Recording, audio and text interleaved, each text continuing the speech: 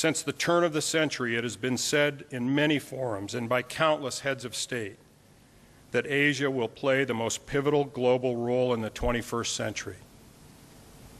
Like it or not, Asia's role is already either directly or indirectly linked to security in the maritime commons.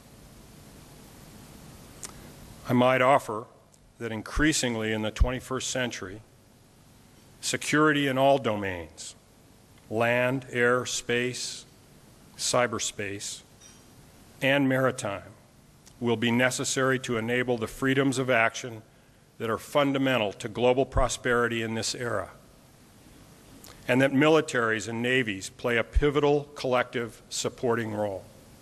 Dialogue is a very important component that you mentioned repeatedly in your presentation and press conference. However, it keeps happening between leaders. And so many times, sometimes, where the failure of law and governance will happen somewhere very isolated, where governance is really, really scarce, for example. And if we look at the maritime commons, if you look at the sea, you make that point where that maybe it's out of sight and it's out of mind. We don't see you ensuring that I get to have the iPhone that I ordered from the United States, for example. But at the same time, it's also a danger that a lot of people will not be seeing the things that you are doing exactly as that. You know, there's a lot of perception against China, for example, and China's rise. At this roundtable, we've been hearing the experts, the professors, the academia from China saying, why are you so afraid of China's rise? However, when I look at discourses coming out of America, Europe, they will always focus, for example, on the military expenditure of the PLA. And they will say that, you know, it's not really that 40 or 50 billion. Our own assessment thinks that there's more than 20 to 30 billion that we must add to that. So there's, on one side, this kind of discourse. On the other side, people in Southeast Asia, in South China Sea areas, for example, we just want to live comfortably with our neighbor. So how do we manage this disconnect? Because you are at the forefront of that, because you look at all sides. Yeah, I think this is what is at the core of the overused term transparency, that the need for the nations to understand the motives of expanding militaries in the region, I think is very important and certainly warranted.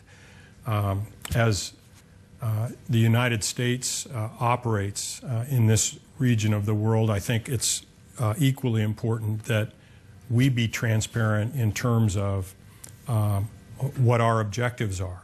While we don't always discuss individual operations that are being conducted, I think the messaging to the region with regard to the fact that we're on the water in the maritime domain, and what we're doing there and what we're contributing to is an important message for people to understand.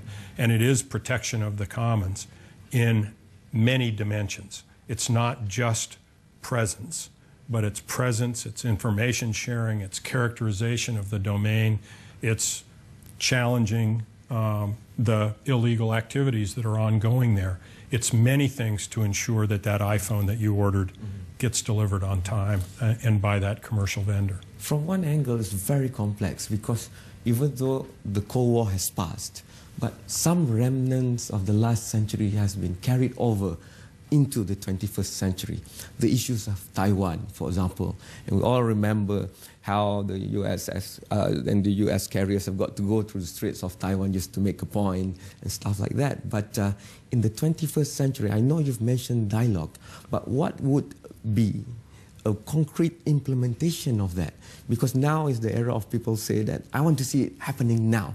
I want to see the change now. So in the respect of Taiwan and the issue of China and one China, it's very clear. It's been repeated across the administration of the United States of America that there's this one China policy. However, at the front line, the interpretation of that, how can we see that it's actually really going to be solved in the 21st century? Well, I think that's very much up to Taiwan and China, not the United States. So this is our desire that whatever occurs with Taiwan and China be executed through friendly discourse between the two parties and ultimately decided upon peacefully. That's the tenet of 3 communiques in the Taiwan Relations Act. So this is not the United States interfering.